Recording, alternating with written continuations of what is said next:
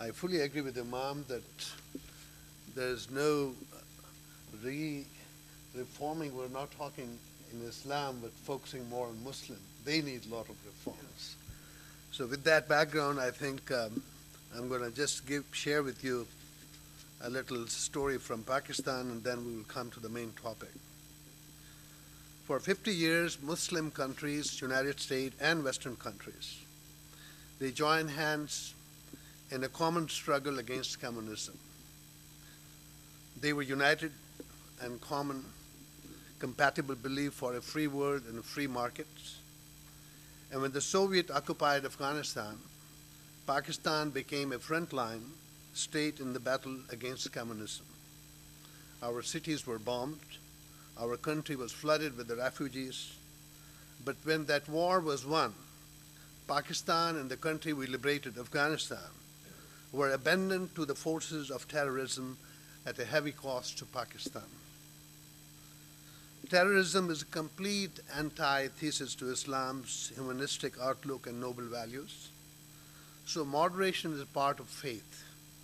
Extremism is contrary to the Quranic directive to Muslims to be a justly balanced community of believers, so that through example of their lives, they may bear witness to the truth before all mankind.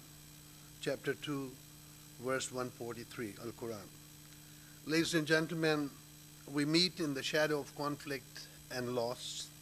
Restoring balance to our world will not happen unless there are serious efforts to build greater public understanding among the importance of injustices and inequity. We live in an interdependent world, a world where it is increasingly difficult to maintain an island of peace and prosperity while conflicts, oppression, and adversity fester. We live in ever more interconnected world where peaceful and fair interaction, including interfaith and intrafaith dialogue, is imperative. We are linked in so many ways, not only by migration and environment, by disease, by drugs, and yes, by conflict. We are linked, rich and poor, alike by a shared desire to leave a better world toward the future. The response is simple.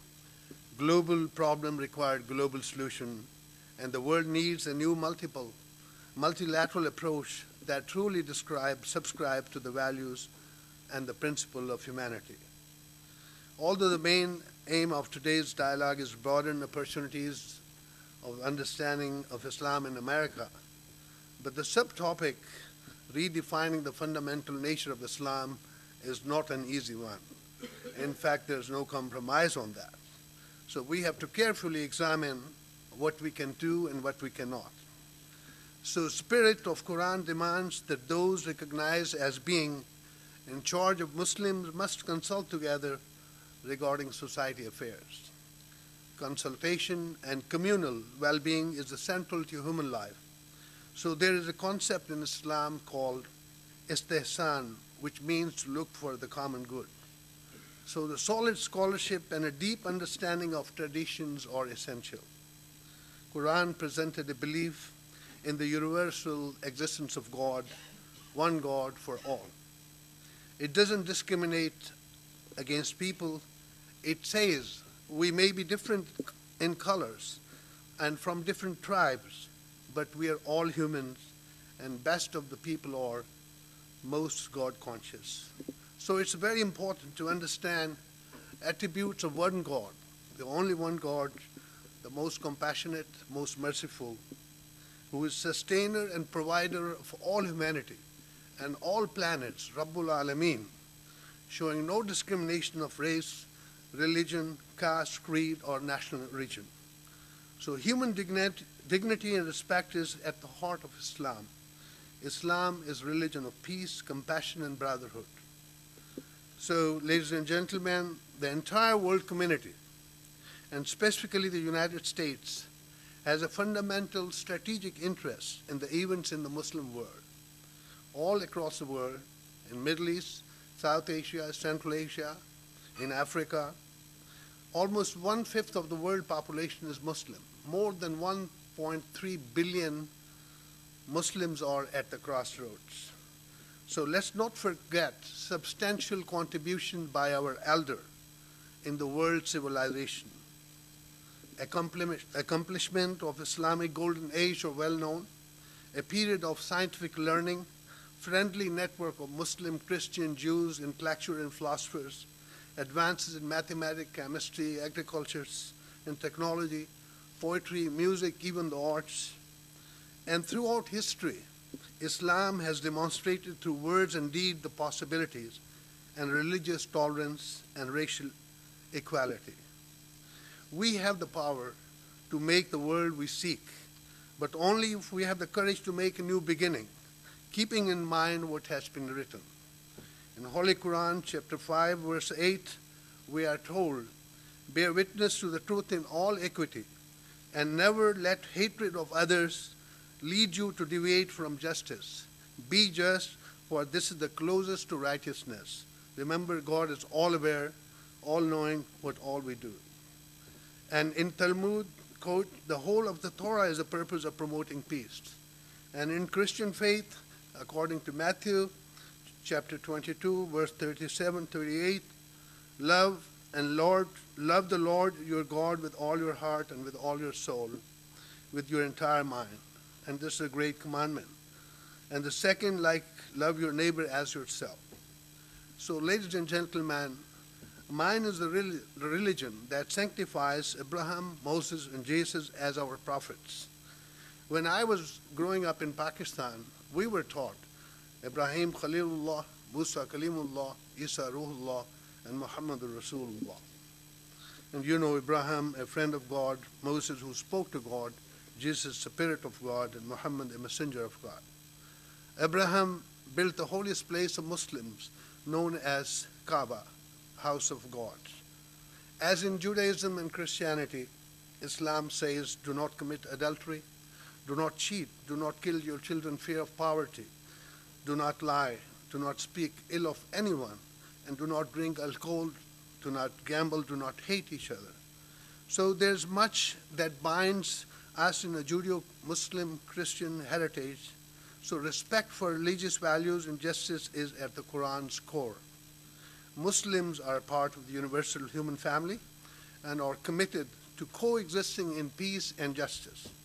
Good news is the faith communities in America are playing the vital roles to meet the human services in identifying the social problems and helping the disadvantaged one. But to get involved in the interfaith services, it's very important to get a better understanding of Islam and also get familiar with comparative religions or other faiths as well. And of course, you could seek guidance from your scholars, like Imam, what is do's and don'ts, what are the limits, you know. So in the United States, I think some of the process as a reform in the Muslims' reaction and activities. There's a reform going on in curriculum of our Islamic school, Islamic Community Center, and so on, even reforming the imams and reforming the teaching faculties and some of the counseling services for the interfaith activities.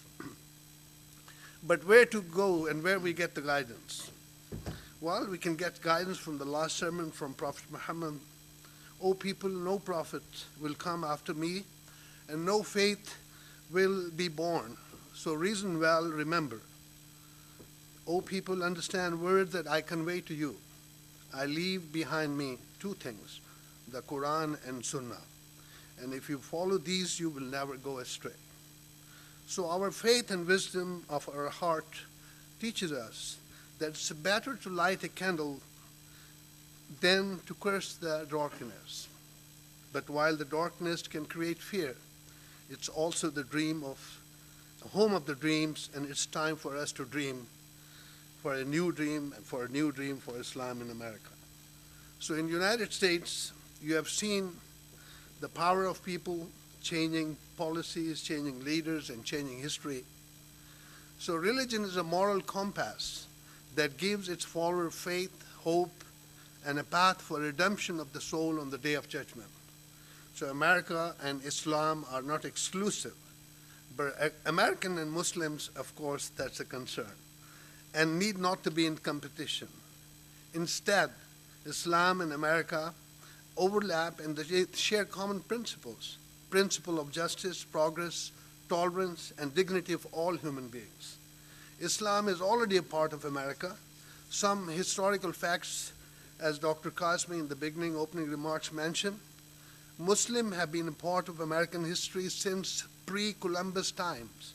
And some of our Islamic scholars estimate that about 15 to 20% of those slaves that were brought over from Africa, they were Muslim. We are talking about pre-Columbus time. The film Amistad alluded to this fact, portraying Muslim aboard this slave vessel trying to perform their prayers. And you know, the first nation who recognized the United States was an Islamic country, Morocco. American nation is strengthened by more than 7 million Muslim Americans. They excel in every walk of the life, making contribution both in private and public sectors. And Muslim community have the right to practice their religion like others. They founded the first Islamic center in New York in 1890. And the first mosque that was built was in North Dakota. And the oldest surviving mosque is in Iowa. And now we have mosques in all 50 states. But there's a reminder, it's a well-established Islamic principle that citizens of a nation, regardless of its religious makeup, are required not only to uphold laws of the country, but also to safeguard and protect its security and people's well-being. So, ladies and gentlemen, learning about other communities and culture and respecting their values and aspiration is imperative. We need to teach our children about the rest of the world. We need to promote the global citizenship. And the essence of global citizenship is that you could still be grounded in your own culture, but you must respect others. So freedom of religion is essential to the ability of people to live together. Islam acknowledges the coexistence with other faiths, and in doing so also acknowledges that our cultures can live together in peace.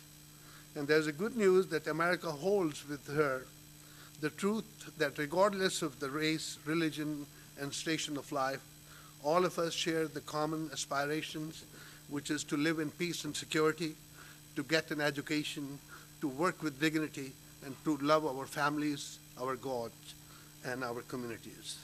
All of us share this world, but for a brief moment of time. The question is whether we spend the time focused on what pushes us apart, or whether we commit ourselves to an effort, a sustained effort, to find common ground, to focus on the future we seek for our children, and to respect the dignity of all human beings. We will have to make wise and well-considered choices. All of our great teachers, Jesus, Moses, Abraham, Prophet Muhammad, tell us the same thing, that it's a God purpose and it's God's plan that we all live in peace, that we love Him and love one another, and to that end we seek reconciliation. That means to live together again. So, ladies and gentlemen, it's up to us, all of us, to determine the moral parameters of new era, where Muslim, how they want to be perceived. So, but I fully agree with Imam as far as fundamental of Islam are concerned. They're very clear. But you are the leaders to make it happen. I thank you for your attention, and I thank Commonground USA for organizing this session. Thank you.